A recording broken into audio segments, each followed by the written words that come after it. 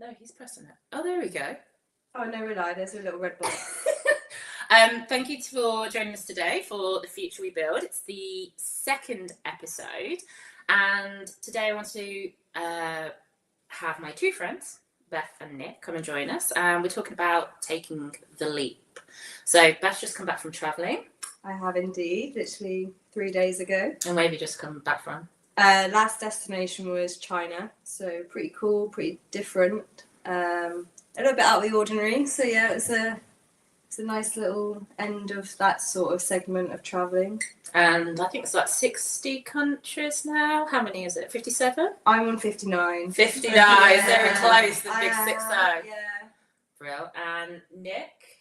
I have been to Worcester. You know what I meant. Introduce yourself. I'm Nick, and I met these two through CrossFit. Yeah. Realised we're quite aligned in life, and I left my corporate career about a year ago and took the leap to work for myself. Mm-hmm. And then obviously found these guys that are doing similar stuff and been quite an inspiration. And now we're going to go to Peru together. Oh yeah, I forgot about that. So How? I need to get my passport. Oh wow. Yeah. So he keeps reminding me last night, you got to get a passport yet. Yeah. I think that is the top travelling tip I'll give you is have a passport. Tomorrow I'm getting my passport. And Beth, tell us a bit about you. About me? Yeah. Ooh. In relation to like taking the leap. Yeah, of course. So yeah, like 3 years ago, I packed up my life and decided to go travelling. Sold my house, sold all my stuff. Yeah, it was quite abrupt, really, because I didn't really know when I was going or have a chance to like properly tell people, because everything was like temporary. It was like I'll just go for a few months, see what happens. Had no commitments back in England, no overheads, so I was free as a bird. And yeah, I just ended up staying away. I still remember that moment when I went around your house and I went, "Where is everything?" You went, "I've sold it all." Yeah. And I went, "Oh, Yeah. okay, we're really doing this." Yeah. I think that was the moment. But When I had you all sat on the kitchen floor because there was no furniture. Yeah, mate. Great stay. I actually loved it. So the reason I invited Nick and Beth on today is because I find a lot of people that I interact with, maybe it's in corporate world or within the gym or my personal life, or a lot of the stories that I hear are how people have dreams and want to go and fulfill those dreams or wants in life and needs, but either feel like it's too big of a leap to take, they're about to fall off a cliff edge, or they feel like they've got this invisible glass ceiling which has been put on them by themselves or other people's expectations of them, and just don't know how to, or maybe have the confidence to get to that point. And what's really interesting is both, it seems like this massive leap from A to Z straight away, like you're falling off a cliff edge. But actually, this is why I've invited Nick and Beth on, it's all these incremental steps of all those other letters of the alphabet, that when you break them down and you commit to them continuously and consistently, that you do end up at the end of the bus journey, as it were, or for all the bus stops. So I suppose, Nick, when did you know what was that moment when you knew something had to change, and how do you realise what it was?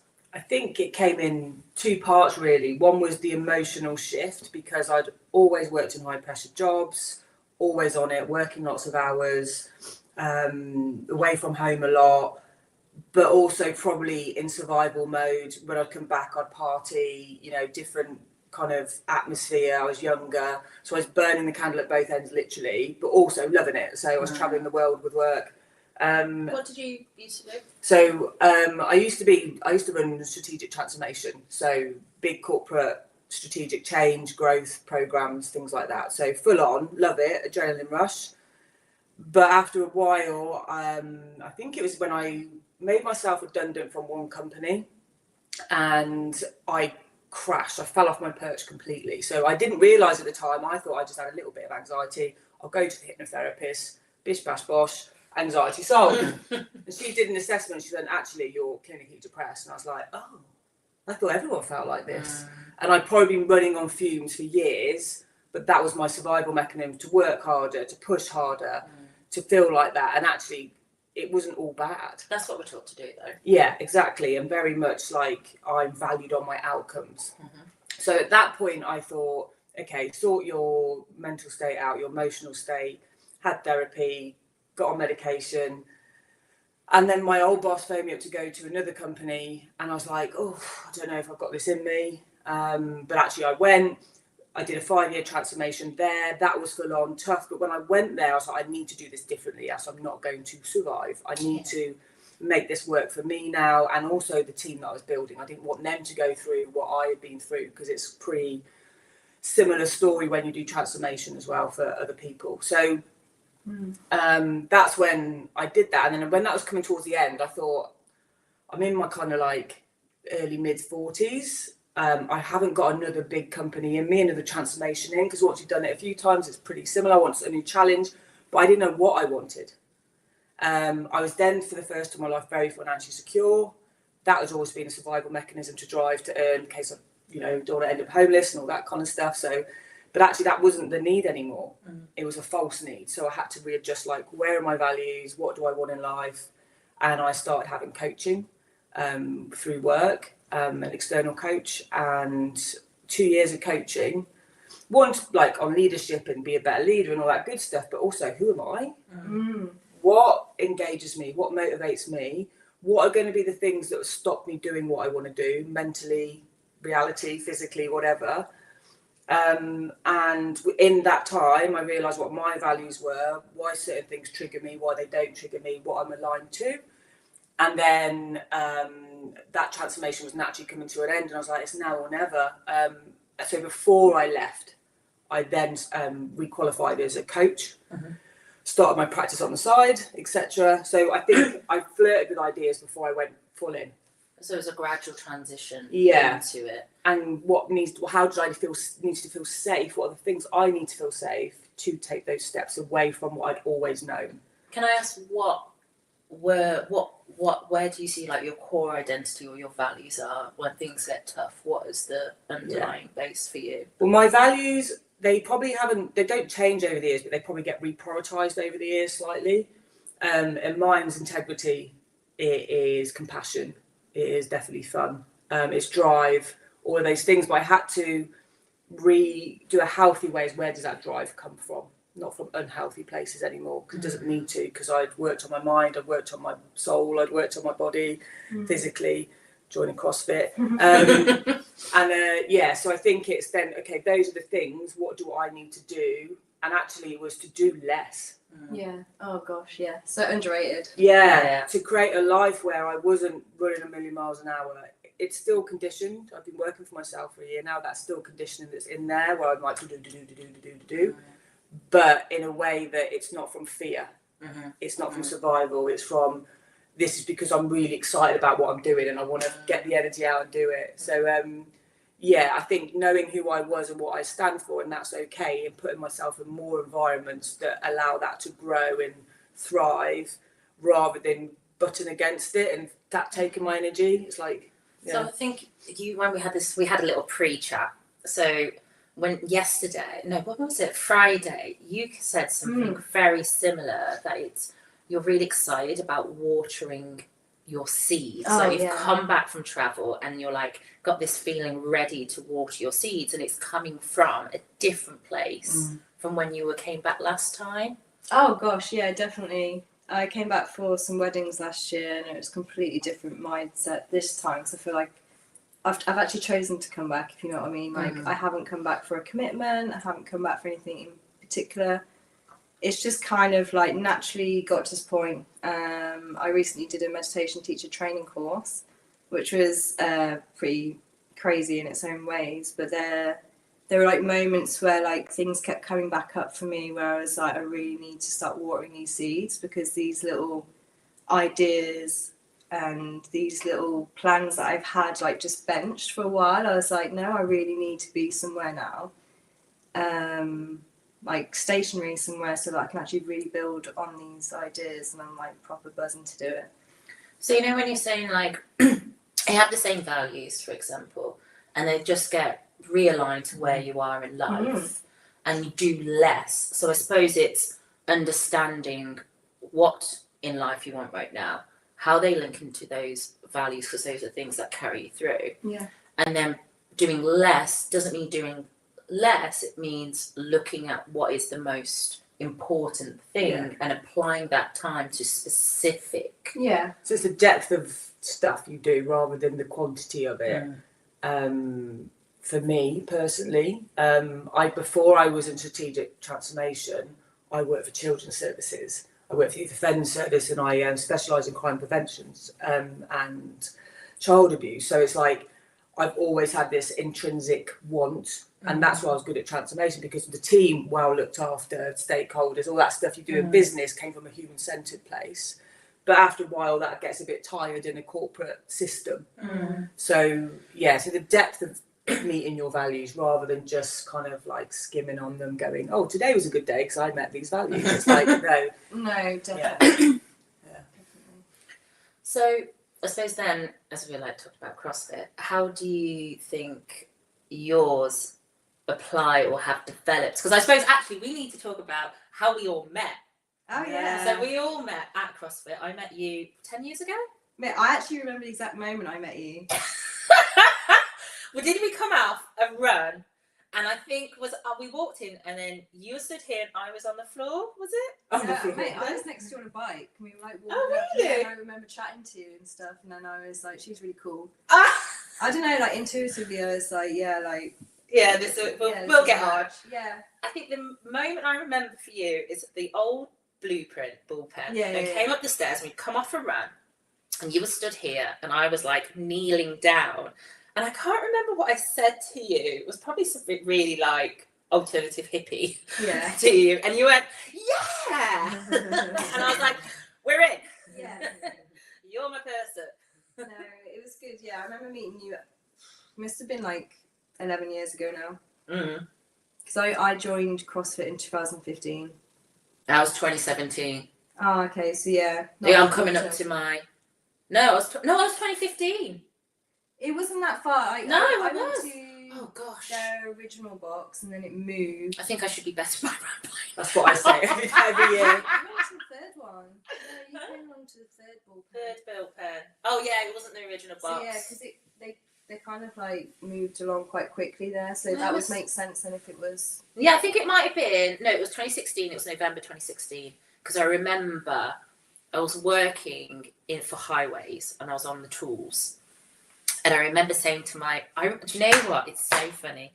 I remember sat in the depot and I was talking about legacy, and they laughed at me, and they're like, "What you on about?" Yeah, but that's just from a place of self-awareness, isn't it? Right. It shows. And that was, I think that's my moment. And I was like, why are they laughing at me? And I felt really embarrassed and like, what am I different? Why is no one else thinking like this about building legacy and leaving something of not financial important, but an imprint for others? And so one of my ex-partners had said, you should come to CrossFit because he was a strongman. And he trained out of there because there was no strongman gyms around. And so I remember I was back at Mom's, and I think I was on the housing waiting list for like the second time in my life. And I think I was rock bottom. So I was still heavily suppressing my emotions through substance abuse. And then I think I had holes in my shoes because I had these Adidas running shoes. And like, you know, when you run, your big toe goes up and rubs a hole in the top. And I was like, just sew it up, fuck it, sew it up, right? Because no one's seeing them when you run. So I walked up to the CrossFit gym. Yeah. In Adidas runners, but it's so Amazing. And I remember I was sat in the car park beforehand, and I had a Peugeot 306 called Yogi, and it was freezing, and I was shaking because I was so nervous anyway. I don't think I was still smoking at that time. And I'd gone up to the steps. I think I was vaping. I'd gone up to the steps, absolutely shaking. Can't remember my first workout, but I remember going, oh my God, I need to be here. Like, and for that month, it was a real struggle sometimes getting off the sofa. Yeah. Because it was like dark and blah blah blah. But I hadn't realised I wasn't on medication for my neurodiversities, but I was also, or I am, no, I was at that time diagnosed with depression as well. So it was a struggle getting up and out. But I tell you what, CrossFit has just seen me through all of that. Definitely. So like, and I remember that's my most vivid memory, like the first time, rather than like, you know, everyone says, "Oh, what's your first workout?" Do you remember your first workout? I do, mate. It was snatch. Oh, What, like a bladder or a brutal. Oh, I can't tell you exactly what it is, but I remember going from doing literally bums and tums at my local gym, and that was like body weight, air squats, and moving, like sidestepping, like literally the bare minimum of exercise. And yeah, I went in and did snatch with Will Kane, and I was like, "What the hell is this?"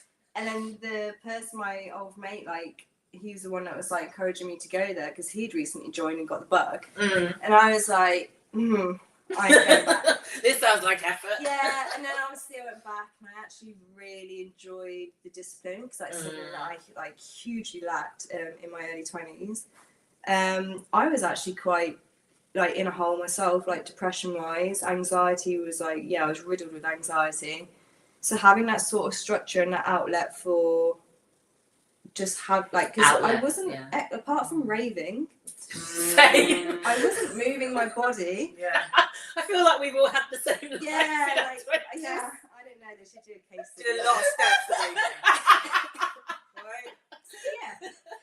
But the funny thing about that is, like, I went to CrossFit for years, and because of CrossFit, I ended up doing yoga. And I remember one of the ladies there, Jem, she did a yoga class there, and I remember thinking, yoga is for old people.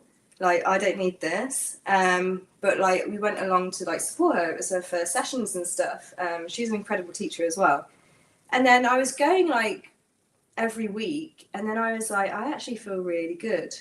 And I was like, I don't feel as anxious, or I don't hate myself as much as I usually do. And like, I generally, my mood felt better.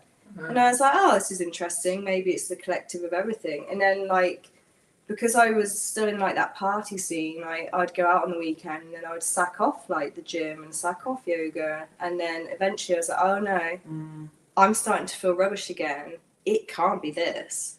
And then I actually like tested myself and I was like, well, okay, go for a couple more weeks like religiously and see how you feel. So I was just doing constant check-ins with myself and I was going, okay, this is actually contributing to my wellness and it's actually enhancing my life. And then the community, you know, it speaks for itself, but the community of CrossFit is just... Which is why I actually joined. Yeah. It is. Yeah. It really is. Like, even now, like, I've just come back and I've joined a local gym. In the back of my mind, I'm like, it just doesn't cut it. Like, to be honest with you, I don't want to jump back on a rig anymore. I don't want to do all these, like... You know, the intensity of the skills and the, like... No, I don't even care about all that. I was just like, it's just so nice to be in a group. Yeah. And it's so nice to be like pushing yourself and then like cheering on others. Yeah. I'm like, I do really miss that, and I don't think that will ever leave me. And traveling, I just go drop into CrossFit boxes, because when you're traveling, whether I was on my own solo or with my partner, like, it can get a little bit lonely. As much as I love being on my own and solitude and stuff is brilliant, like, sometimes it's just nice to go somewhere and be like, just feel welcome. And like, there's that whole group connection, that like that unspoken bond, the global connection. And it's amazing. Yeah. So like, the amount of times, like, I justify the price tag and I will justify the effort. And like, I've got friends who travel who will purposely book their accommodation near a CrossFit box. And I'm like, yeah, well, I get it. I was like, you tell that to someone, like, I don't know, like, you know, anyone that doesn't exercise, I'm like, yeah, you're nuts. Like, So would you say that moment of going to Jem's class and like having that that realization of checking in was that moment for you, where you're like, okay, CrossFit is leading me to yoga? Yeah. So, well, definitely, because, well, that's my whole career now. Like, do yoga retreats abroad, which combines my love for travel as well as generally all things wellness. But yeah, it's crazy, isn't it? Because it's like you slowly start saying no to things that doesn't align with where you want to be, whether that's even in your mind yet. All you know is like, I feel good, and you start prioritizing things. So I got to the point where I was like, well, I'm actually not going to go out on a Saturday night because I want to go to class on Sunday morning, and I don't want to go to class like hungover, or so you start doing this stuff, and then I'll be like, oh, I'll go to yoga after class, and it becomes this whole new lifestyle. And then you might even go and hang out with your mates after with a coffee, and then you're like, that makes me feel good. So would you say for somebody, well, both of you, for somebody who potentially is thinking, I have a dream, and that dream may change over time or more, would you say identifying what makes you feel good and pushing yourself into that community and building within that community just brings you on a journey to like they're tiny little safety nets all the way through to change. Like you said at the beginning about, it's not you just step off a cliff edge and hope for the best. There are tiny little safety nets all the way through that you create to build confidence, to build courage. Like I love my mates outside of CrossFit, been mates for years, adore them. I don't have children, they've got children, they're still drinking and like you say, but then you can't train like if you're drinking the same way. I came out and joined a CrossFit gym just as COVID ended. So I was living on my own. The only thing I really did was run. I was just like, I'm still lanky, but I was just literally lank. There was no muscle, nothing. Yeah. And I thought I need to go and join. I wanted to join, interestingly, ball pen about 8 years before. Oh wow! But I had slipped disc at the time, so there was many periods in my life, my 20s, where I couldn't walk, and I was told I'd never run, never do this, and I was like, I'm the kind of person who's a bit like, watch me. So I didn't, but actually I wish I had, because my back, I don't suffer my back because of CrossFit. Yeah. So, but anyway, I joined there, and then I realised that, if I stop drinking a bit less, I can train a bit more, and I can move a bit more, and my confidence started coming back, the anxiety drops down, you feel good about your body, not because you're doing it to look skinny or anything, it just changes with you as you're doing it. But I think that gave me the safety net, because I was around people that also didn't drink a lot of alcohol. To go, I could give up alcohol and still have a social life. Yeah, of course. Do you know what I mean? They say that now, but they're like, but you're in the environment where it's normal. I can walk into a CrossFit box and just go, I feel normal. Whereas at home, and my parents are like, oh my god, I think you're a bit obsessed. Like, you need to like slow down on the working out, and I'm like, okay, never. And like, I'm just like normal, I'm just average. And especially in the CrossFit box, like I'm Johnny Average. We need to talk about recreational, right? This conversation has been coming up with so many different people. I think because it's around. It does, because somewhere like Brisbane is such like an elite environment. So I want to touch on that, because I'm there. We're all there. Yeah, but it can make you grow, or it can make you shrink. Yeah. So and I think it's perfect because we've just finished the Open. Both you and I have had this conversation as well, and and I say this to loads of people generally. And it dawned on me last year. So we don't realise the environment we are in, because the environment we are in have some of the top athletes in the world. Right? Oh, it's amazing. So I walk in there and I'm like, just below average. Then I walk in, you feel loads better, right? No, just below average, excellent. Okay, great. And I have never thought of it as I'm just below average. What's really nice about that box is you can walk in, everybody feels the same level through conversation and friendship. But at the same time, I'm watching, yesterday I watched Amy do the workout with the 80 hang cleans and the 40 bar muscle ups. And I watched her, and it was just like watching Amy from the gym do it. Because I'm so normalised to that level of excellence that actually when other people have come to the gym, they're gone, is Amy Kringle here? Oh, and I'm like, I love that. Yeah, Amy's here. Like, she's just over there. Go say, do you think... Just go say hi. And Harry Lightfoot will coach you on a Sunday morning. Do you know what? That's something that I'm just like, that's absolutely incredible. And you know, when someone's so genuine. Yeah, But, But what sport would you Can you get? do that? Would you get coached by an elite athlete? Absolutely not. Like, So when I've realised that, and it took me a while, and I'll tell you how I've realised, is that I am surrounded by excellence, not only in terms of athletic ability, but in terms of people, in terms of how they care. yeah. Like, my friends surprise me every day with the amount of care they give.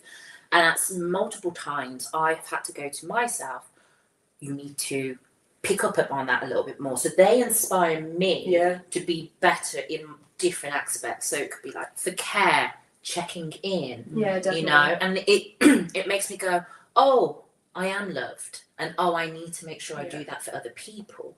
Because if I'm receiving that and noticing it as a gap that I'm not currently offering to people, then that's something. So in like care, what they do in their outside of life, because I think we forget, because we're all on the same level there in that Excuse me. friendship. No, Top I 11%. have- Top 11%. Top 11%. on that friendship level, that we forget that there we are, and we're having a discussion, these high achievers outside. So we're in this box of excellence. We're all high achievers. We don't realise it. I've said I get the ick calling myself that, and I'll let you talk about that in more in depth. Until I went to a Globo gym, and I went to a functional fitness class, and it did what it was supposed to do. It brought people who were just going to using machines into a new way of moving their body through functional fitness. It was a gateway, same as High Rocks, a gateway into a new methodology. Perfect. Yeah. But then I went in and I went, oh, and that was the realization, because when I went in there, I was seen as a threat, not as a contribution. Oh, wow. And then I went, oh, the environment I'm from has just made me realise that nobody's a threat. No. Everybody's lifted. So we just all want to do as well as they can and support each other. Well, that's the thing, when you start building that relationship with yourself and you feel good about yourself. Yeah, you want out other people to feel good. Exactly. And you want to share that magic. You want to be like, oh, you should do this, or you should do that. I mean, come on. How many people have you tried to blag to go to CrossFit? Everybody. And join the cult. Yeah, and I always see their face like, oh no, I couldn't be doing that. Like, and I'm like, trust me, I've been there. Like, I would not. I think, especially as women as well, because I just think there's this, you know, there can be a certain competitiveness with women in society, in workplaces, etc. Which is, I like to think that's changing now. It is changing, but what I like is that people assume that when you're in a workout and you are in your own workout, and sometimes you don't notice it, but especially if it's like time capped, you're just like, okay, where's everyone at? Am I going to be the last? So you're working through it, but actually you're not competing with other people. You're going, they're making me go for longer. They're making me not stop, because if they're not stopping, I'm not going to stop. They're pushing me by holding the standards, and I'm trying constantly. I think I very rarely see people stop. You can't. Yeah. I'm not going to be the last in the pack. Yeah, but I just mean, like, generally, like, it's so true. I don't see anyone ever stopping. They might have a little pause, or they might slow down a little bit. I mean, 26.3. Dark. This is the first year that I've never bothered doing any of the opens in my own time. Yeah. You should hear. It was dark, man. But you were scoring me, bless you, and I was a right miserable She's a good hype girl, though. Yeah, but I was in the dark. Practice. And to be fair, there was one point. All I kept saying was, I can't do this. I can't. In my head, my self-talk went really negative. Hands on knees, kind of like. But it's a great measurement for you. But then why is that? You can do one more, and I was like, okay, I'll just do one more. I'll do one more. It's always one more. And we forget we have a choice. I could have just got up, walked out, got in my car, and gone home. Like, it was, the suffering was like mentally and physically. And I just like one more, just chip away. And that is literally all you need for life.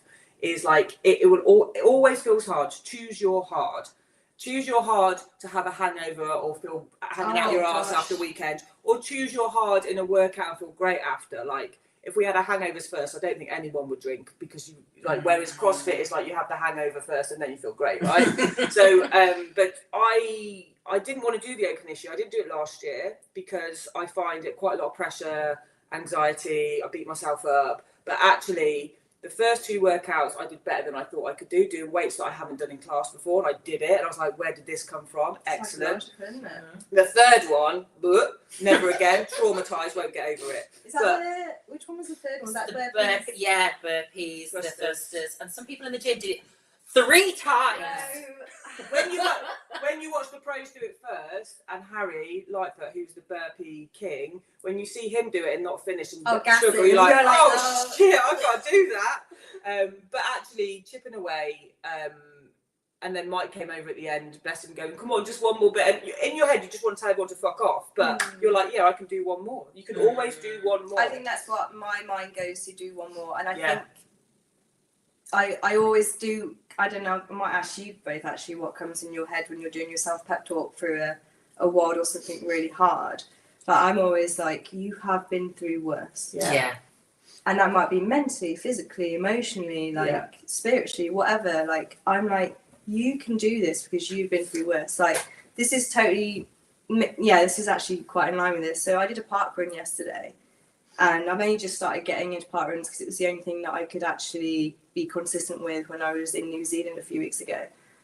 And it was quite nice because it was the only bit of structure I had of my week. And I'd be like, going to park run on Saturday. I joined the park run, and it's just 5k. So I'm like, I know I can do 30 minutes of running. It's fine. I started running. 2 minutes in, I heard these guys next to me. And I was like, they're very chatty for someone. And then so too. And I was like, what's going on? So obviously I was just having a little look, and it was this. I'm going to say he's completely blind. Oh, yeah. So there was a blind guy with his support, and they were holding arms and they were communicating to each other and stuff. And I literally just burst into tears. And like, from a personal space, like my father's blind, and I was just like, wow, like that's incredible. And then obviously I've been like a carer, I've been able to, assist him going out in public and stuff. So I was like really blown away by this, but I can't right now determine whether I was crying over that or just by the sheer like inspiration. And I was just like, you can fucking run quicker, Beth. Yeah. Like this guy has just lapsed me. And he can't even see the terrain and stuff. Like, you can do it. And that's it, being grateful that you can do it. Oh yeah. Like literally, Yeah. we have the option that we can physically do it. Yeah. No one knows how long that's going to be, and so it's that kind of. I don't feel that way in the middle of a workout, I'm going to admit, but like. But your self-talk comes into play, and So I think what that gets is- shaped over the time. Like whether it is Yes. CrossFit or whatever you do, that's quite intense. So what is your self-talk? Because you had some self-talk, and I want you to, after 26.3. So what's your self-talk? Tell me about 26.3 in yours, and actually that old brain and that new Yes. brain and that transition. Absolutely, it was definitely old brain, which was a shock for me. Explain. It was a massive shock that came out at that point in So time. explain what, and then. So, do you want to explain? Yeah. Yes, please. I think you should explain. Yeah, no, you tell me. You tell me. So I think it became a hateful voice, Oh, a very hateful voice. You're shit. innovative. You should be fitter. Why don't you try harder in the year? Like literally in the moment, as you like, your lungs are falling out your ass. I couldn't do it. The hate head came back, and I was like, there was no control over it to a certain degree. The only thing I could control was to keep moving. Yeah. To keep moving. That is a good thing. And normally I'd feel good after workout. I didn't even feel good after that workout because I realised I had allowed that old brain to come back. But actually it's because I was in a position to stress, which happens, right? You're stressed, you're tired, it's hard. Default things come out. They're never not going to come out. But the difference is resilience that I've built through doing now 4 years of CrossFit. You wouldn't believe it. It looks like 6 months when I'm doing it. But 4 years of CrossFit, and also the tough things I've been through in my life and got over, the resilience is going, it is going to feel hard. You're never going to avoid it feeling hard. So I think the new self voice for me, when things are tough and like starting a new business, doing a hard sport, ran a half marathon last year, like all that stuff where it gets that moment when it gets hard is not just to stop. And actually the difference, my mate noticed when I did the half marathon last year, we've always run together. She runs, that's her thing. I jump into running out of it. And the difference was this time when we were training, we're coming up London Road, which is a really big steep hill. And the difference is now I don't stop. So she's going back better. She'll just go, it's hard, and she would stop when we were in the start of our training. She said the difference between you pre-CrossFit, because last time we did a half marathon, and now with CrossFit is the brain. It wasn't necessarily physically. It's the mindset. I just kept going. I was like, I've got to keep moving. If I stop, I won't get. I'll just keep moving your legs, keep moving your legs. And I've taken that back into life, going, I know I felt shit before. Feeling shit is a normal part of life sometimes. The voice and the things you do to get through it is the new brain. And do you think it's like your core values and identity are the things that push you through resilience? Oh, push you through the hard times. So that is what makes up your resilience. No, I think it's resilience can be learned. Mm-hmm. So values, if I'm doing the stuff that are true to my values, it's worth pushing through and feeling uncomfortable. Mm. If it's not with my values, then I've got to go, well, why am I doing this? Yeah. Why am I putting myself through this pain? Because whatever you choose, there will be pain. Mm-hmm. So, but now I've learned the resilience. You can learn resilience to go, okay, this feels uncomfortable. Okay, I'm used to feeling uncomfortable or upset or whatever. And is this aligned to my values? Yes, well, I'll push through this then. One more. Yeah, One more. One more phone call to another client. One more whatever, a difficult conversation with a friend. One more boundary with your parent. One more whatever. Do you know what I mean? All these little things, because you go, this is how I protect myself. But you can teach yourself resilience. Mm. I do absolutely believe that. And the definition of courage is you do it with fear anyway. That is it. If there was no fear, there'd be no, it's not courage, right? Yeah. People go, oh my God, you're so brave. You're so good. No, I'm not. No, I'm not. I still feel scared. I still feel it hard. I still get upset. I still all these things. I've just mentally tried to then go, how do I see myself through this rather than spiraling, which is what I used to do when I was younger. Go out and get wasted. Oh yeah, it's, I think that is a really good benchmark in life to go, do you know what? I have come so far because I'm able to see myself about to spiral, or those little moments of negative self-talk, and you're like, well, this is new. Why has this come back? Yes, reflect. And with 26.3, when I went back into class, I could have gone, I'm not doing that again. It's rubbish. Why would I want to do CrossFit? It feels hard. I went up and I picked a heavier weight up. Yeah. So I was like, no. You go and pick a heavier weight up. You know you can do it. You need to keep pushing. Rather than hate on myself, keep hating on myself. I'm not shit. I'm just above average, percentile says. For my age category, right? Do we even need to even think about that? No. No. And I want to come. Actually, I want to ask you this question because what did I say the other day? 11%, was it? I hate you. Top 11%. Stop it. That it gives me the ick. I love it for you though, because No, you but fucking work hard for it. but it gives me the ick when people call me a high performer. I go, Oh, am yeah. I though? And then people also, somebody on the phone was like, "You're so intelligent." I was like,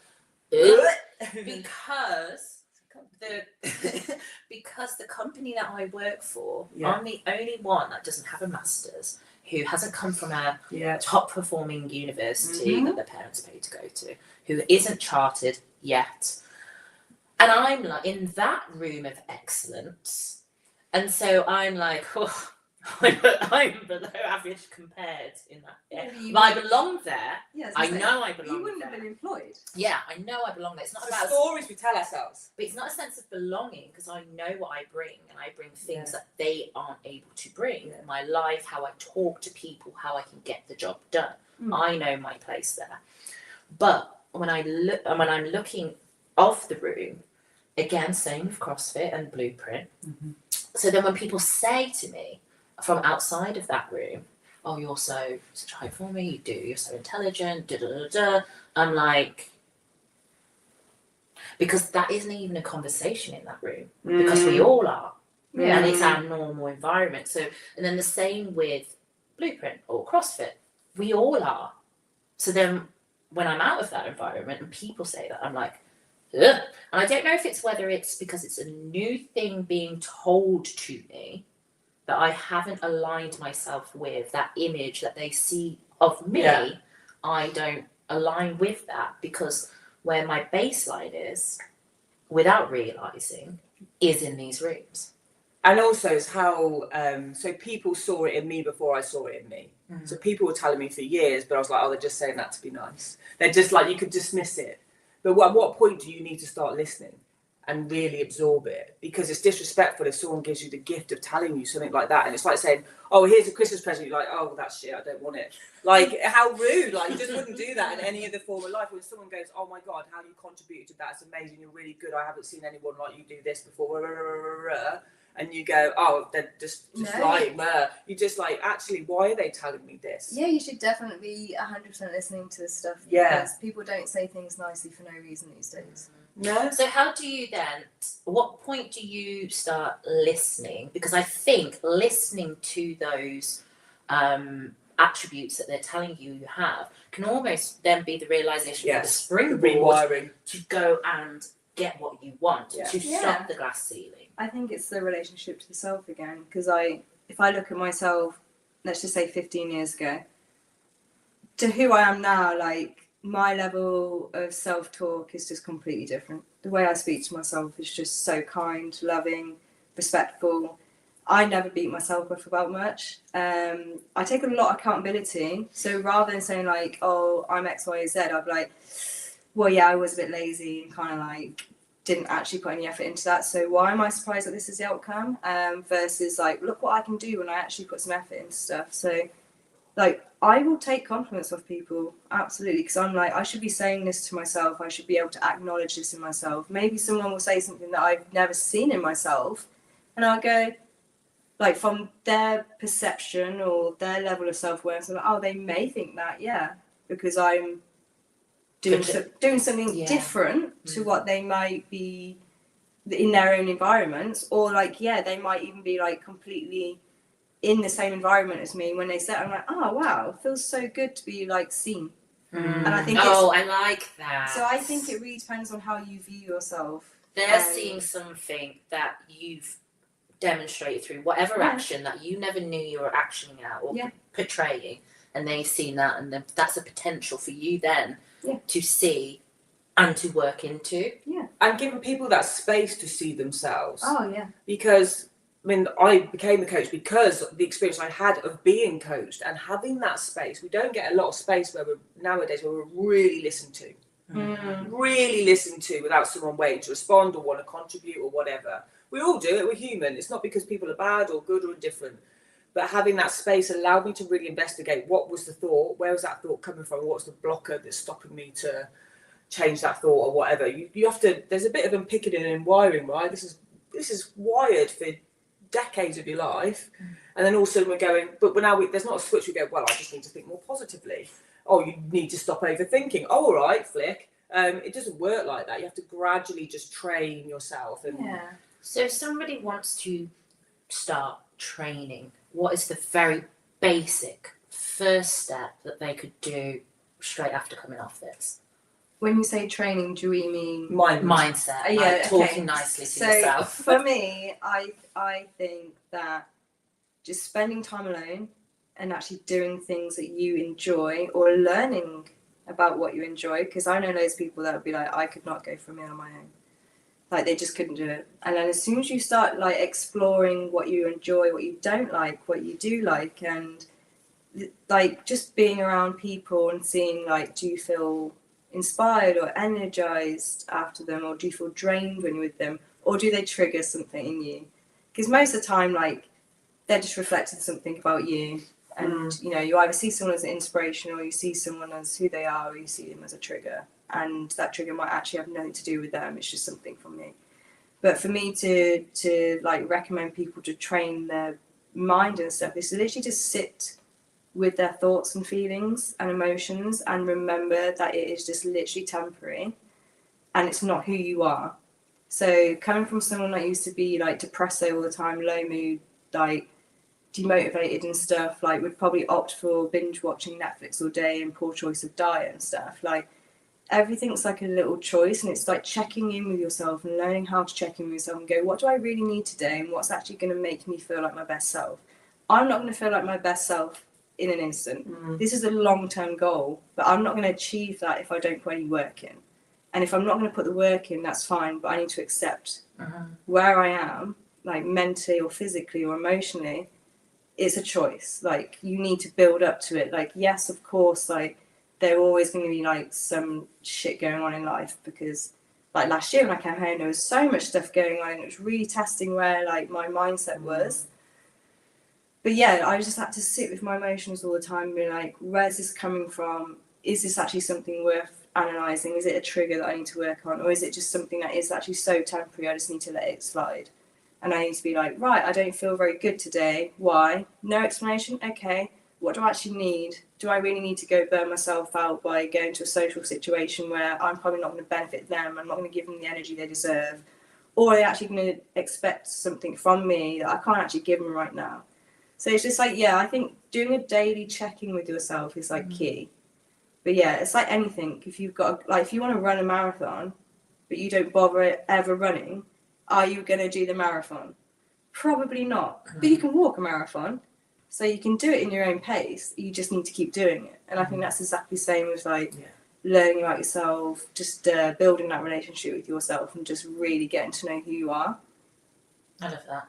I think the analogy of the marathon's great. And start checking in. I'm going to start checking in because it's something I've stopped actively doing. Yeah. Just observing. What would you say then for you? I think an exercise that I like to take people through, and I like to use when I'm feeling a bit low or imposter syndrome kicks in. I don't like to call it syndrome, actually. I call it imposter thinking, because a syndrome, it's not an illness I've got. It's a weird term. It's a thought that comes and goes with everybody. It's the most natural thing. It's an exercise where, because the way I got over the ick bit of like being able to say I'm a high performer without feeling incredibly uncomfortable and embarrassed, is looking at the facts, right? If you look back, if you stand up and you look at a timeline of your life and you just look ahead and go, okay, just walk me through, like, what are the successes that you've had? What did you do? What did you achieve? Who told you what? Where did you feel good? Really stand in it on the line and go, okay, how did that feeling? How did it feel? Why did it feel like that? Then what happened? And then what happened? And people have all got these things where they've progressed, or they've had a great time, or they've achieved something, and like really sit along the line feeling that and hold that feeling, so you can return back to that feeling. And that's how I got to go. I can say I'm hard work, because the facts, when I look at the list of stuff that's happened or been done, and everyone's got their own list, and really walk through it, that is factual. I can't argue with that, even if my head's going, yeah, it's all lies, yeah, really. The fact is there. So I've had to kind of keep repeating that, looking at like recommendations, testimonials, hear people when they tell me stuff, really start to believe that stuff is true. It's true. And as you say, it's literally to start off, and I would with any clients, to go, just observe this week. Observe what thoughts are coming in and out of your head.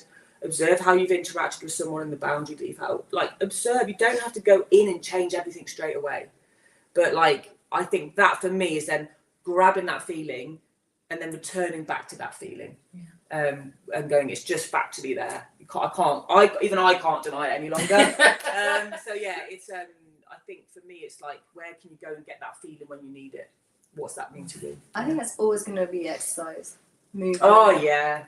Even if you're just going for a walk, I was surprisingly like in a low space, like I think it was like last year, and I was just like, if I can't do something, I'm just gonna go for a walk. Yes. And 9 times out of 10, my mood, bam, shifted, and I was like, right, productive little bunny again, like straight back to it. More importantly, when you really don't want to do it, that's the time to go.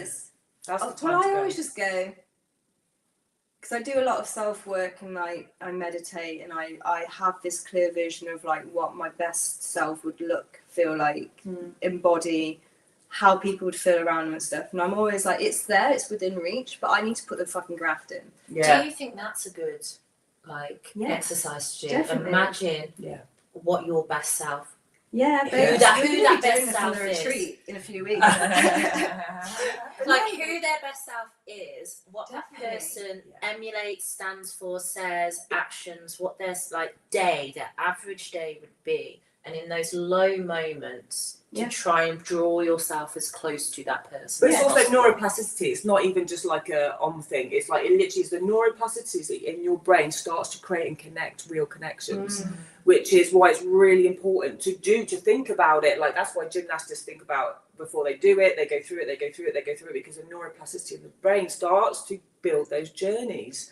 And that's a physical thing that's happening in your brain. Yeah. So like, it's going to make it more real, right? So I absolutely visioning and all that good stuff is just amazing. Because I do that a lot, and I always thought it was That's why you're ace. Hey! Stats. So I always thought it is daydreaming, and it's funny. So last week.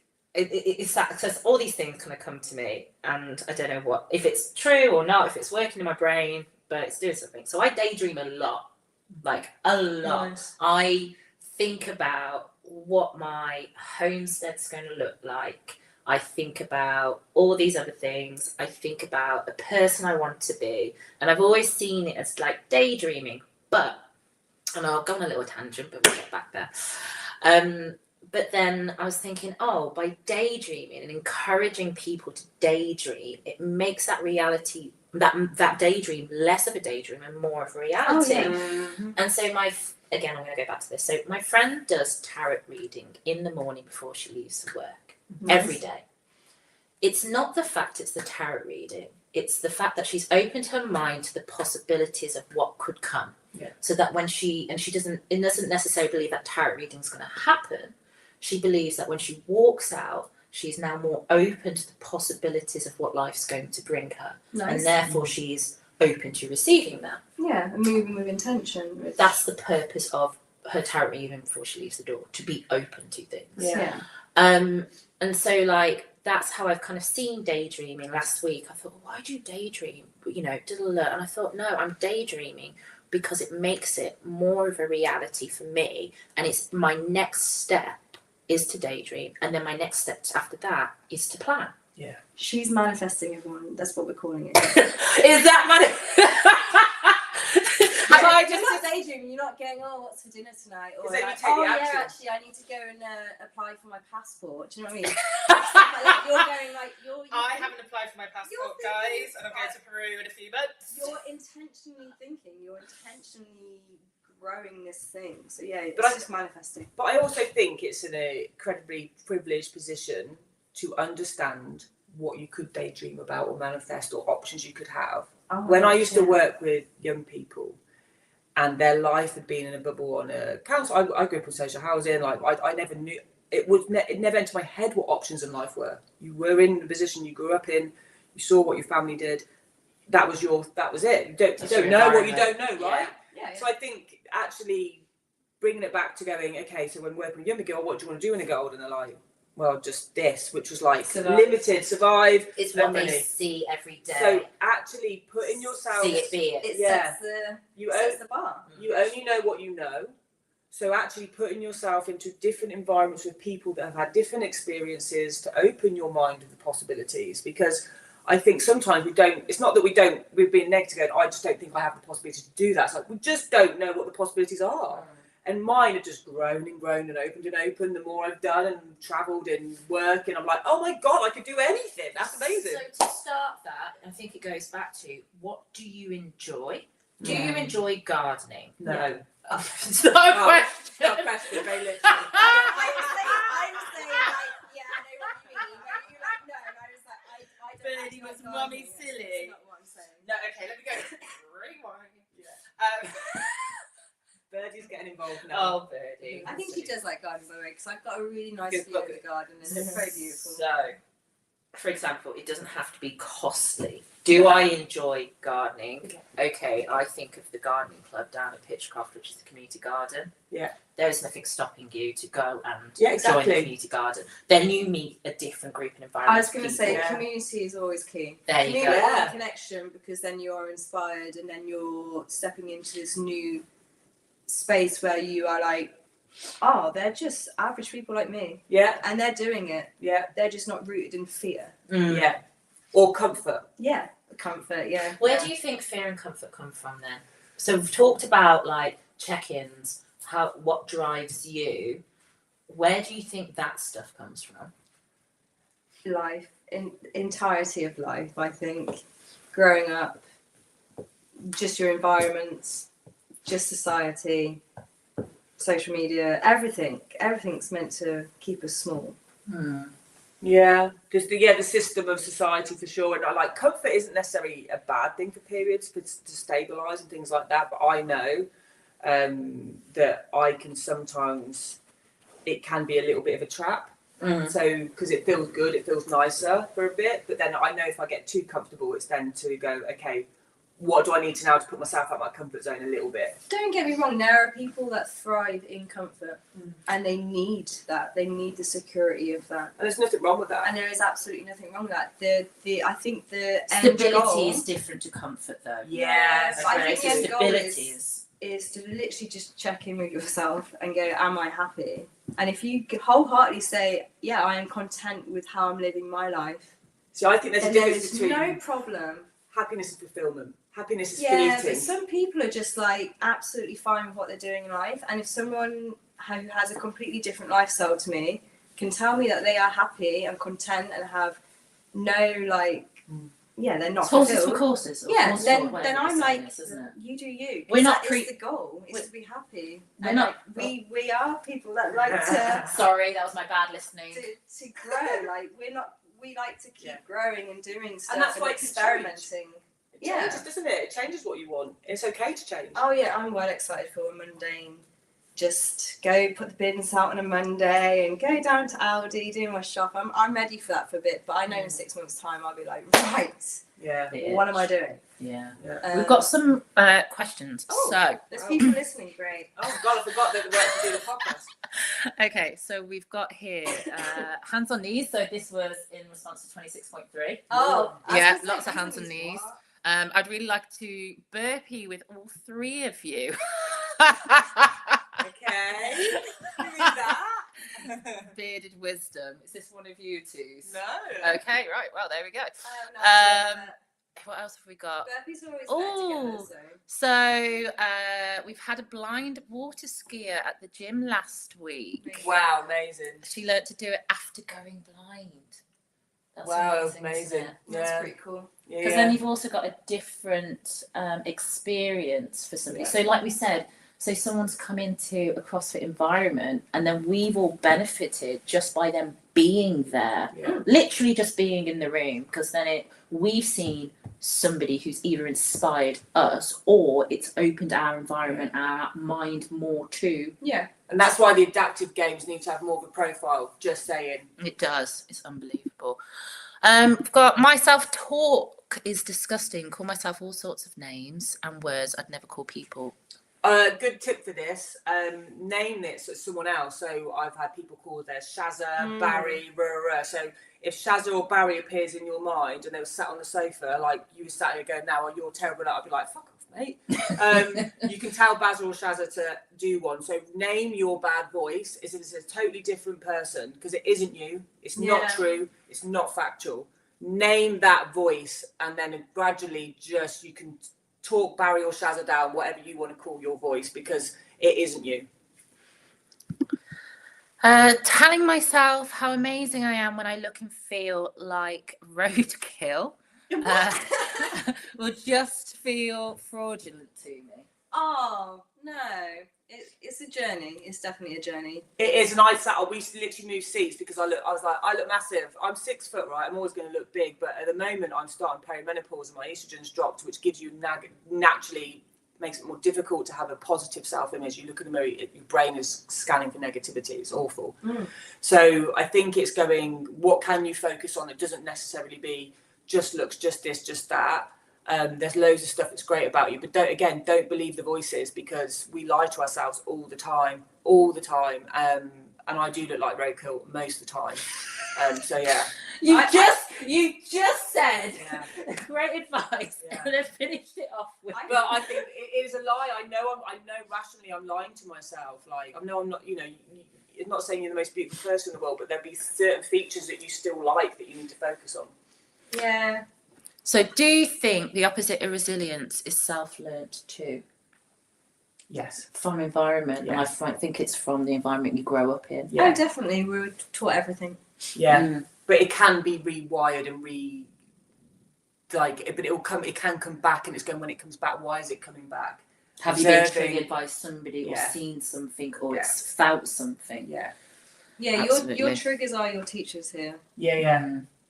And sometimes it's really humbling because I've had moments and I've gone, why do I have some ill feelings about this? Like, it's not even anything to do with this person. And it's just a reflection of like where you are in your life or what they're doing, or maybe they're showing you something and you're like, I wouldn't want to be like that. Or sometimes you're like, they're where I could be. And like, I don't know, there's so many different things that you learn from people and you're like, yeah, and it's just trying to like unassociate that with having a bitterness towards them as well. Yes. Because it's like, I've been because I've experiencing had that, yeah, because I've quite a experienced bit it and lately. it hurts. Because I'm like, because I kind of think like, I'm obviously triggering something in someone. And sometimes people actually openly shared that with me as well, which I appreciate. But it hurts because you're like, I still want to be my authentic self. But unfortunately, I am a walking mirror. I'm your mirror friend, unfortunately. But in a good way as well. Yeah. So I've got a few questions. Well, not questions, but trains of thought. So, who are you inside of the gym, and then who are you outside of the gym? Are they the same person? Yeah, they're still aligned. Yeah? Yeah, definitely same. And what do you think carries you through both environments? Connection. Oh yeah, definitely. Just like remembering that you are all the same. We are all one. That's going to be some like hippy dippy talk. No, I believe But it. we are We're all all one. one. And it's the structures in It is. society that gives given us the perception that we aren't. Yes. And then they put in social and economic restraints Yeah. to keep people in a position where they can't, or not can't, have been drilled down to believe Yeah. either through financial restriction or psychological restriction that they can't move through their different. And that vulnerability of connection, like, I think being able to be vulnerable with each other just brings you closer, doesn't it? And vulnerability is. I've had to beautiful. learn that. And let's so be honest, hard. in CrossFit, you are your most vulnerable physically. And actually, I've probably had like that pre-bit before class where I've been working on my own all day, and you go in and go, who's on class? Oh yeah, I like them. I'll go tonight. Blah, blah, blah. And then you share, you instantly share something about the day or what you've been struggling with before class, and then they beef you up a little bit, and you go. So my first thing every time I go in, and I didn't realise I was doing it. It's more of a social break for me because Yes. egotism loves statism. So I go. I'm trying to think out how to reword it, and maybe you two can add to this. So it's always, how was your day? But I need to open it up to the point where the response, and I'm really privileged that the people I say that to are vulnerable and honest enough to Yeah. not just say fine.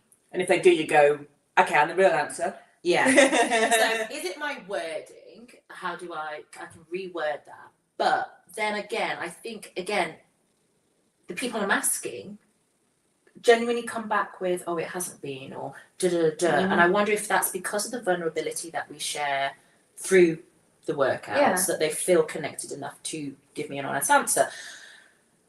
And vulnerability is what I'm having to learn, because when people ask me that, I don't ask to get a response, to be asked. I always think if someone wants to ask, they will. And my thing is fine, because again, the length of which, I don't know if I have the energy to actually tell people why that is. I know what it is, but actually then again, I don't want to burden them with the long story, being very aware that people carry their own baggage. Yeah. And often people don't genuinely ask to, how are you? Oh, They yeah. want the social fine. It's how are you, but how are you really? Yeah. Yeah. Because that's what I ask myself. I'd ask How are someone you 3 really? times. Ask them 3 times. Yeah. How are you doing? Oh yeah, fine. Okay. And how did the day really go then? Because I don't believe you that. And then they go, oh, this, that, and the other. And I go, and the rest? And then they go, oh, no. And they don't always necessarily ask back, like, and that's okay. I'm not They don't asking need it. for that. You have snippets of time in the gym anyway, Mm. because like you unbox in and then you walk away and leave them with And it. then But you like, get told off for chatting too much. yeah, I do that. See, now, what you've just said is what I do with the kids. Yeah. So the whole thing around the academy is talking through movement. Yeah, I think it's important. But Because just that isn't like people's only social interaction with people who are on that same part of Yeah. the journey. so, well, in the week, sometimes that is my social Yeah, time yeah, in the yeah. week. So last Friday, yeah, it has been, I tell you what, it's been a rough 2 weeks. I kid you not. Everything at the start of the year when I was like, it's the fire horse year. Yeah, it was on the 17th of February. So. Yeah, it was like, Oh no, yeah, right. So Give it a try. literally, Yeah. That week, We're wrapping up the snake Mate. here. That skin is Mate. going. that week was hitting hard in such a good way. Like all these things were coming in. I was like, oh my God. And in the last 2 weeks, all those things that were, oh my God, it's coming, it's come to the doorstep. There have been little bumps in the road that I've just been like, oh, Yeah, that's so That's irritating. making way. Very irritating. What do you mean by making way? Like sometimes you're like, oh, just give me a break, but then you don't realise that in the long run, that's actually gonna like be opening up a lot of new paths Yeah. for you. Like all the shit I went through last year, I was like, why? And then now I'm like, oh, okay, that That's needed to why. happen. Yeah. So then making way, and then I thought of it on like a scaled out, a zoomed out scale. I was like, do you know what? In the grand scheme of things, this is just 10% of the 90%, which has been amazing. And so I had a terrible 2 weeks, and I was just like, Friday, I finished at 3. I thought I need to get into bed, and that's my instant reaction from being depressed, previously being depressed. It's always there, just like you said, just learn how to deal with it. And so I was in bed and I lay down. I looked on my phone. I thought, because I wasn't going to do quarters for various reasons, so the program wasn't there for me to get out of bed and go. So I was like, I need to move. Booked into class. I am not a runner.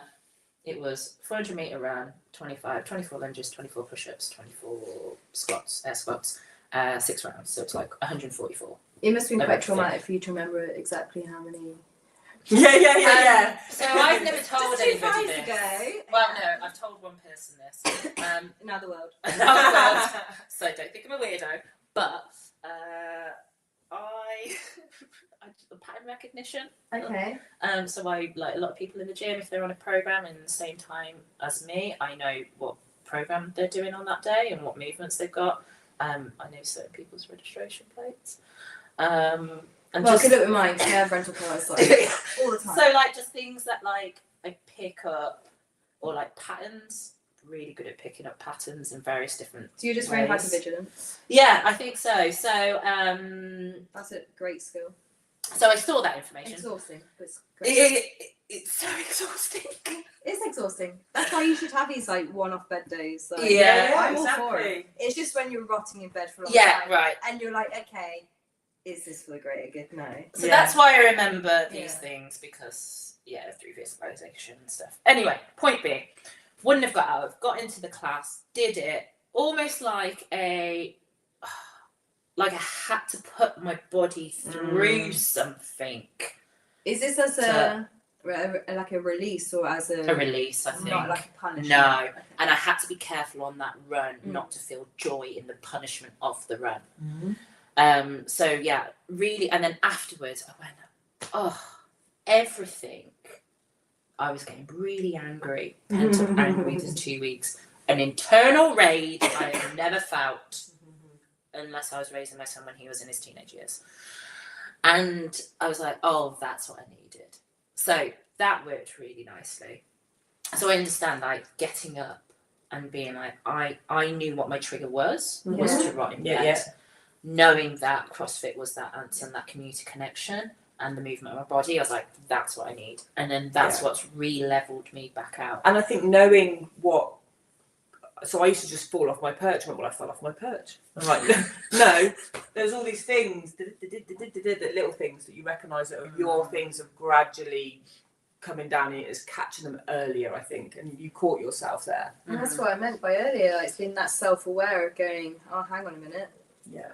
this is a choice. Oh, that I've worked late for the last 3 nights all of a sudden, Yeah. and therefore my eating has gone out the window a little bit in terms of just snacking or whatever. Oh, and I skipped CrossFit for the second time. Oh, those are my little triggers. And then I go, oh, if I keep doing that, I will fall off my perch. So for somebody who wants to build what so say for example you've fallen off your perch, I go to a baseline, I must wash, I must have at least one meal, Make the bed. make the bed.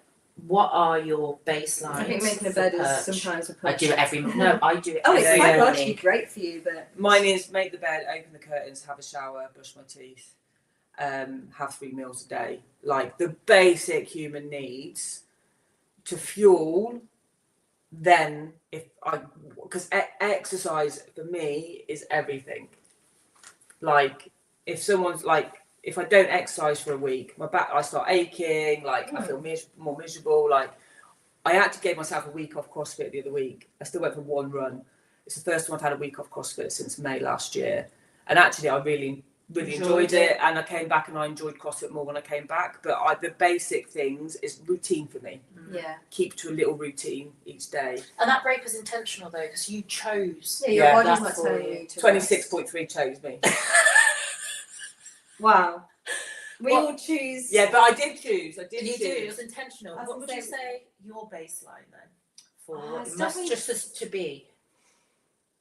Like right now I'm in a good place, so I'm not going to choose this right now moment. I'm going to think about myself like just over a year ago where I was in Australia and I was waking up in the morning going, I cannot be bothered with today. I want to just stay in bed. Like I don't need to get up for anything. I didn't have work that day. I had nothing to like really get to.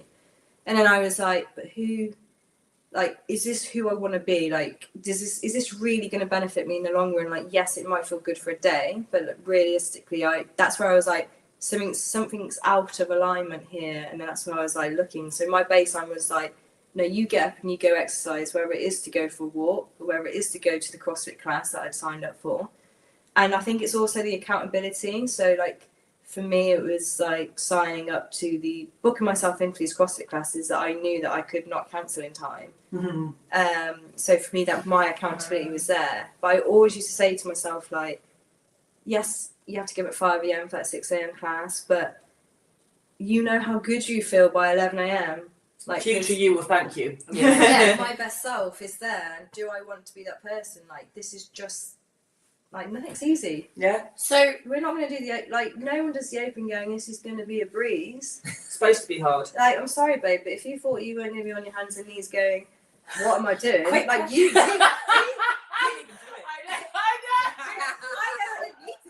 So you wanted that. there's really interesting. To an extent. Yeah. So we are now signing up to do hard things. Because we want to To challenge push ourselves. yourself. Isn't that interesting though? So That's an amazing place to be. Yeah. Because that is like well out of our Because then your comfort limits move. zone. Yeah. So what Like, now you're drives- picking up heavier dumbbells. Yeah. so what Go drives to Peru. And you're going to Peru. That's gonna be amazing. What drives You can you? lift a llama up. what drives you and anchors you to keep you consistent then? Oh, definitely, like, which is now my new bare minimum, is just like eating as well as I can. Obviously, I have my little moments of like, I love eating like chocolate and stuff, but just having like moderation in that. Definitely having some sort of routine with movement, whatever that might be. Mine is inner peace. Explain. Have I misheard the question? No. I'm very doctor. Right, do you know in this world, and they're like, what would you do for the world? And they're like, Peace. well, peace. No, no, mine, It was a Mr. Right, no, no, Congeniality no. moment. Oh yeah. mine is literally because I had such a turbulent upbringing. Nothing was ever like steady. My whole goal in life now is literally this arena of peace. Oh my gosh, yeah. And I let things. Obviously, it gets disturbed occasionally, and CrossFit isn't peaceful. Like, it doesn't mean I don't do hard shit, but it's just that inner peace, that calmness, because I am a very full-on person, go. That Boundaries. returning back to that peace for me regulates me back down. So I think that's why I'm very selective about who and what I let into my life now. Wow. Being the age Sure. I am, these will be leaving soon. Out the door. Brilliant. Right, I've got a few more. So we talked about confidence, self-talk, pressure. So when you feel the pressure, we always hear pressure is privilege, and it's true. I say to myself when I'm feeling it, like really feeling it, I sit in the car and I go, you used to dream of being this busy. Like, no, I don't mean busy rushed, Yeah. but in demand. So what do you say to yourself, or do, or enact, or be? I think it's been a long time since I put myself under pressure. I actually It's Love been a that. long time. I But that's because I'm aspire. curating this piece. Yeah. And don't get me wrong, when I found that piece last year, it really fucking threw me yeah. because I felt so uncomfortable. I was self-sabotaging. I was looking for a problem because I was like, I've never known a piece like this. No dramas. I think No it's being able to keep expectations. it under pressure as well. Yeah. And I was like, this is a whole new thing for me, and it got me thinking about the people I love most around me, and that some people will never be comfortable in that state of calm and peace, even though they openly say, "Oh, I just want a peaceful day. I just want a peaceful life," and I'm like, you would not love that peaceful life. Like, I can just tell, because they thrive in chaos, and some people, that's all they know. So for me, it was really unfamiliar to me, to the point I was looking for problems. I was looking to self-sabotage, and that's kind of why I went down that whole, I don't want to get out of bed, I don't want to do this, I don't want to do that. And I was like, what is the problem here? And I was like, oh, it's the first time I've experienced peace, and that is so foreign to me. That is so alien. So I had to really embrace it. And it took me a long time. But everything kind of aligned to do that for me, like where I ended up in Australia, like Perth, most isolated place, very slow paced. And I was like, this is too slow for me. But it was beautiful in the end, and it's what I needed. And now that I've cultivated that peace, I will protect it. Yeah. I would, like, even to the point I've come back and I've been in the UK for like a week. I've just been like, no, that doesn't align with me. Yes, that aligns with me. Do you feel? So I feel alignment in my gut before I recognise it as alignment. Your intuition. Yeah. But I think we need to remember that the world that we live in is very pressurized. Whether you work in a big corporate company, whether you have your own business, whether you're a single mom or dad or whatever, we can't avoid pressure. The world is not set up in that way. So how do you protect that? I've always worked in high pressure roles and enjoyed them, but even when it was destroying me, I was still enjoying it. And then I learned how to create a way of doing it in high pressure roles without it destroying you, which is exactly why I do what I do now with other leaders, going, okay, the world ain't going to get any slower. Where you work isn't going to get any less tough. It's getting tougher. Give one tip that you would give. So for me, it's in three kind of ways. There's one, going back to your values, who you are, understanding yourself at your core, and living authentically by that. And I know that's a bit of a buzzword in business, being authentic leader. But then it's also really going, okay, what do I need to prioritize? Because everything's coming at me. What's really important, going to move the dial in my life, at work, in my family? What's just noise? Get rid of the freaking noise. What can I dish out and share with my community or my team or whatever? And then it's really holding a life with patterns and routines that can hold those things in place. So I think that's literally everything that I've developed in my experience to then try and have other people do. Boundaries. Oh, I fucking love a boundary. Everyone needs them. All right. Yeah. How do you find them, hold them? How, when people push them, what language do you use? Real hot takes, though. Yeah. I think for me, I would never say, this is my boundary. You've crossed the line, you've disrespected my boundary. I would never say the word Because that's a boundary. rule, isn't it? Yeah, I just don't say the words boundary. You can't talk to me like that. Do you know what I mean? It's kind of things like that. It's because I think it gets aggressive when you're like, oh, this is my boundary. If you don't respect it, then yeah, you're just not going to be in How my do life, people- and that just makes people feel rejected, and therefore it's gonna get nasty. How do they respond? So I'm quite direct. No. but that's why we all gravitate to each Oh, other. Yeah. And I there's prefer nobody else. people. Yeah. I prefer people to be direct, so I don't have to do the work in the side No, I to agree. figure out. So when you say you can't talk to me like that, because a lot of people aren't used to be spoken to directly, what do you then? What is the reaction often, and how do you manage? But you have not to manage. You have to figure out what your boundaries are in the first place. And normally, again, go through the week and observe. When someone does something and it feels slightly uncomfortable and you're going along with something anyway, go, what is that thing? Oh, okay, if I wanted to respond the way I really wanted to respond, what would that have been? You start in that place. It's safe. It's only you that's doing it. And then what's a really small boundary that I can test with that person first? You haven't got to go straight and go fuck them off, cut them out. That's what I do. That's what I used to do. I have to agree. I do. I'm like, as soon as it takes me a while Eventually to get there and I because cut 'em. because you got to first going, well, let me put them in place, and you do sometimes get a reaction. They're like, hang on a minute, this is not beneficial for me anymore. And then you go, okay, well, this is how it is nowadays. But a boundary isn't a concrete wall. It's either like a gate, and you might let them in a little bit to the front, but you might not let them into your lounge or whatever. Yeah. Like you've got to figure It's out a what wall your with a boundary. door that you can open to them. Yeah. They can come in and out. They just need to respect that there's a door. And it boundaries, you've got to figure out what your boundaries are. Yeah. Because some people, I think it's such a buzzword with boundaries. It That is. people are like, yeah, it's my boundaries and all this. And I'm like, yeah, but boundaries aren't to shut people out. And It's they're to keep two-way. people- It's to keep people in your life. They're Like, that is two-way. ultimately what it is. Yeah, exactly. But yeah, it's again what Nick said. It is literally about knowing yourself that much that you know what is adding value to your life. Who is adding value to your life? I like that. So I've got three final questions to cut off because Oh, we okay. would literally be here All day. Yeah. We can Until talk. we needed snacks. Yeah, snacks. It's like the saying when my mum says potatoes, I instantly have to go potatoes. I don't know what it is. Okay. It's the age. Right, so what sorry Betty, I thought you were Leo just If only she was on camera, so much more clickbait. So what have you learned in CrossFit that's transferred outside the gym walls? A, Definitely resilience. one word. Connection. Lovely. What are you most looking forward to this year? Well, I hope that your answer is the same as mine. No. No. Don't try and bring that here. I don't know. I hope we're all thinking the same thing. What am I really looking forward to this year?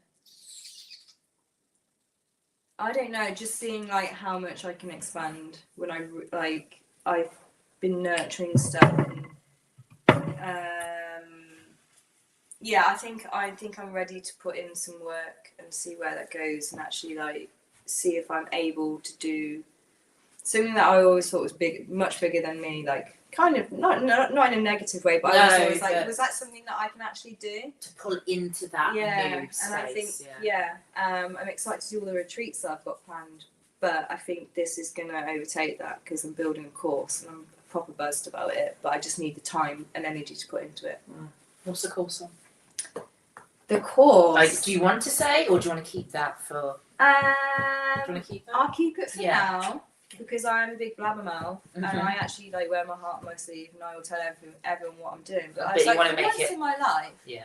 I'm actually just gonna keep it. And then when the time And then when the is, time is yeah. right, because then I'll, going back to me saying I don't put pressure on myself, I will be putting pressure on myself if I actually announce what it is. I think for me, second year in business is continuing to surprise myself and what I can do with the stuff that I want to do. Because sometimes they feel like, oh, they're the nice things if they happen. It's like, no, I'm going to make the things that I want to do happen. So for me, I do that because it's almost like a fear of failure. Yeah. So it's very easy for me to revert back, and I do strategy and transformation advisory still, but I also do leadership coaching and I do a leadership program. And that the traction from last year is starting to build. But it would be very easy for me just to go, I won't push it too hard, because if I push it too hard and then it doesn't happen, then like it's a bit of a dispute. But actually, no, I'm going to surprise myself with my own success this year. Amazing. What am I most looking forward to this year? You asked the question, so I do. I'm not sure. I am looking forward to Peru. I am looking forward to the summer. I'll be honest, I really am Preach. looking forward to the summer. Yeah, man. I'm looking forward to a break, and I'm looking forward to the person that I'm going to come back as, Yes. or the development brought into after Peru. Yeah. Because that person was the person that came out of Bali a few years ago. Oh my gosh, I remember. And the impact that person has, and I haven't held on to that person, and I've let the outside absorb into me and pull out of me. So I'm really looking really looking forward to having a grounding reset away from everybody, absorbing the environment in Peru, and then being able to step back out, knowing what I've known and using those tools to protect myself a Yeah. little bit more. I think you do have to reset that every year. Yeah. I go on a retreat every year for that reason. Just remember But- who you are. Not everybody, No, Again. it's very privileged. we're very Oh. privileged. We're very privileged. It could be a walk up the Malvern Hills, or it could be a space. You're creating the space to meet yourself again. Well, that's what I was going to lead with. I was going to say, I think for you, from what you've just described, like the way that you felt when you returned from Bali is because in your very busy life, you're a giver and you're doing a lot for your communities, you're doing a lot for work, you're doing a lot for everyone else. And yes, you have elements of stuff that contribute to yourself, but like being in Bali, it's all about you, baby. I wake up in the morning, and this is why I love traveling. You wake up in the morning, you go, right, what do I want to do today? Like, this day is mine. This is all about me. I'm choosing myself. Yeah, Say create a day. for example, you've got a single mom, 3 kids. Mhm. How does that person create? I think from my friends that are in that position, I think the micro moments, Yeah. because they can't have time away or day to themselves or whatever, because it just is impossible. So it's creating micro moments of joy or time or breather or breathe out. I think that's, from what I can see as an outside person, that's the only way that they're managing it. Recognizing joy and then appreciating joy in the moment. Yeah. Yeah, recognising it would be really good. Trying to be a little bit more present, because I feel like You detach as a it's way so of- easy to just like pick up your phone. So all those little micro moments that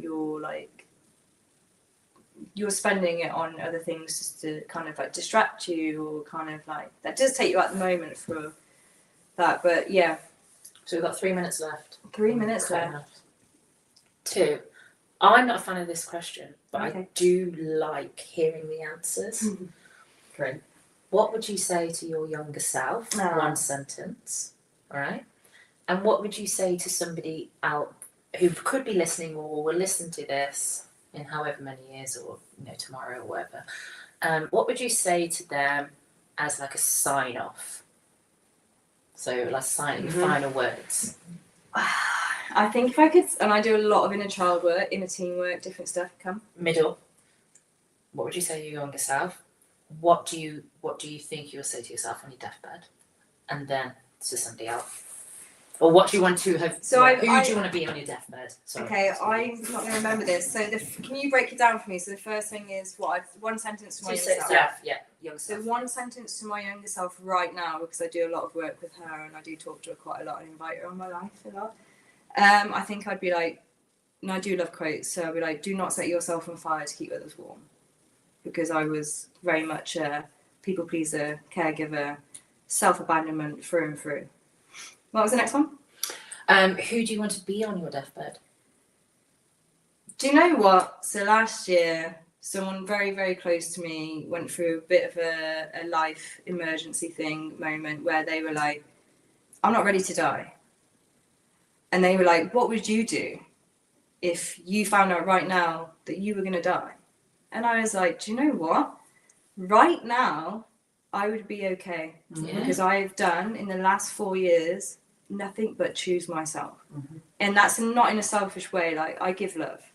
I look out for people. I do all that stuff.